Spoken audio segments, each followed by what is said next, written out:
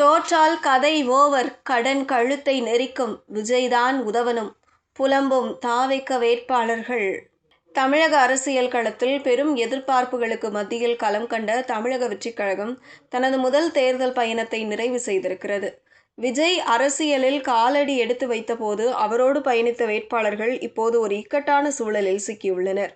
தேர்தல் முடிவுகள் வெளியாவதற்கு முன்பே பல வேட்பாளர்களின் வீடுகளில் நிம்மதி மறைந்து கடன் என்ற பூதம் ஆட்டமிழக்க தொடங்கியுள்ளது.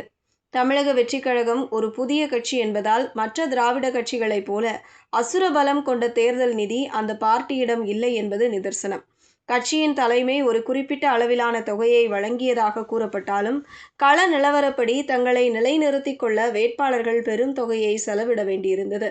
மாவட்ட செயலாளர்கள் மற்றும் முக்கிய நிர்வாகிகள் என பலரும் தங்கள் கைவசம் இருந்த சேமிப்பு தொகையை தாண்டி பல லட்சம் ரூபாய் தனிநபர் கடன் பெற்றுள்ளனர். அதையும் தாண்டி தங்கள் குடும்பத்தினரின் தங்க நகைகளை அடகு வைத்து கோல்ட் லோன் மூலமாக அவசர தேவைக்கு நிதி திரட்டியுள்ளனர். தேர்தல் பிரச்சார வாகனங்கள், தொண்டர்களுக்கான உணவு, விளம்பர பேனர்கள் மற்றும் சமூக ஊடக பிரச்சாரங்கள் என ஒவ்வொன்றுக்கும் அவர்கள் செலவிட்ட தொகை இன்று அவர்களுக்கு ஒரு பெரும் சுமையாக உருவெடுத்துள்ளது. வெற்றி பெற்றால் எப்படியாவது சமாளித்து விடலாம் என்ற நம்பிக்கையில் கடன் வாங்கிய வேட்பாளர்கள் இப்போது தேர்தல் முடிவுகள் குறித்த கணிப்புகளால் கலக்கமடைந்துள்ளனர். ஒருவேளை தாங்கள் தோல்வியடைந்தால் அல்லது கட்சி எதிர்பார்த்த வெற்றியை பெற தவறினால் வாங்கிய கடனை எப்படி திருப்பிச் செலுத்துவது என்ற கேள்வி அவர்களை துரத்துகிறது. கட்சிக்காக எல்லாவற்றையும் இழந்துவிட்டோம், இப்போது வட்டி கட்டக்கூட வழியில்லாத சூழல் உருவாகியுள்ளது என சில வேட்பாளர்களுக்கு நெருக்கமான வட்டாரங்களில் புலம்பி வருவதாக கூறப்படுகிறது.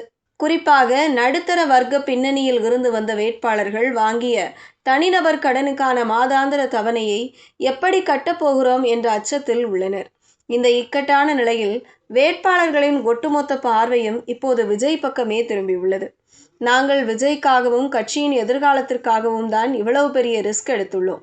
எனவே ஒருவேளை பின்னடைவு ஏற்பட்டால் கட்சி தலைமை எங்களை கைவிடக்கூடாது என்பதே அவர்களின் தற்போதைய கோரிக்கையாக உள்ளது. தோல்வியடையும் வேட்பாளர்களுக்கு நிதியுதவி அளிப்பதோ அல்லது அவர்களின் கடனை அடைக்க ஏதேனும் ஒரு வழியை காட்டுவதோ விஜய்க்கு சாத்தியமா என்ற விவாதம் கட்சிக்குள் எழுந்துள்ளது. விஜய் தனது சொந்த நிதியில் இருந்து உதவி செய்வாரா அல்லது எதிர்கால தேர்தல்களை கருத்தில் கொண்டு ஒரு நிவாரண நிதி போல எதையேனும் உருவாக்குவாரா என பொறுத்திருந்துதான் பார்க்க வேண்டும். புதிதாக அரசியலுக்கு வரும் இளைஞர்களுக்கும் சாமானியர்களுக்கும் இந்த சூழல் ஒரு எச்சரிக்கையாக பார்க்கப்படுகிறது. முறையான நிதி திட்டமிடல் இன்றி உணர்ச்சி வசப்பட்டு கடன் வாங்கி தேர்தல் களம் காண்பது தனிநபர் வாழ்க்கையை எந்த அளவுக்கு பாதிக்கும் என்பதற்கு தாவேக வேட்பாளர்களின் தற்போதைய நிலையே சாட்சி.